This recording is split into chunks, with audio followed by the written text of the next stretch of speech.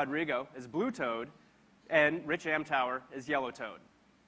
The other thing that you've noticed is when people do lose a life, they have a tendency to come back inside of a bubble. Now, again, if you're nice, you might want to let them out of the bubble so they can come back in and continue to play. And it doesn't always mean that one player is going to get an item.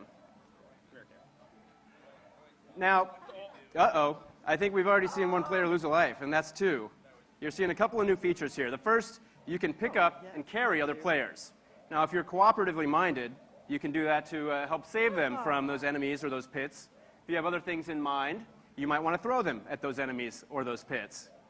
Now, if you want to get all the coins for yourself, you don't necessarily have to.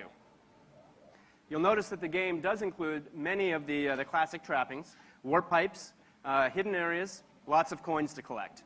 You'll also notice that this time around, the battle for those coins is probably a little bit more fierce. Now, I'm just going to let them play for a little bit while I tell you a little bit about the structure of how this game works and the balance between single player and multiplayer. The main mode of the game you can play in single player mode. Or, if you want to, you can play it in co-op with up to 4 players. You can start in one, and you can switch to the other at any point in time.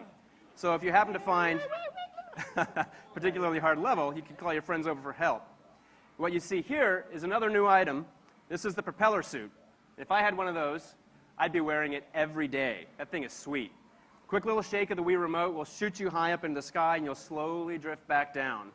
Now, of course, you can do that to save yourself from one of those pits, or you can use it to help yourself find new levels. Uh-oh. Looks like Blue Toad had a little trouble there. I wonder if anybody's going to... Oh, let him out. Very nice. Now, you can see that with 4 players, there's a lot going on.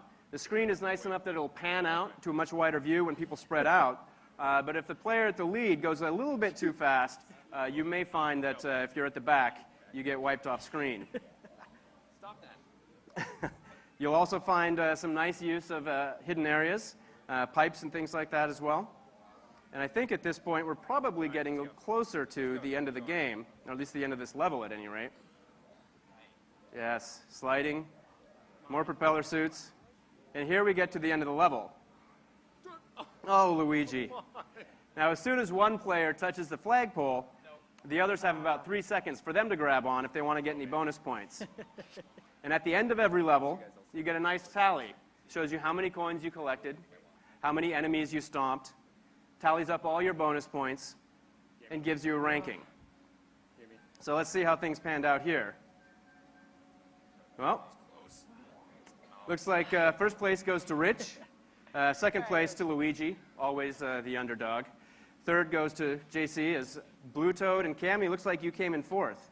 Respectable. Well, guys, thanks for playing. Thanks, guys. Cammie, we'll give it back to you. All right. Thanks, guys.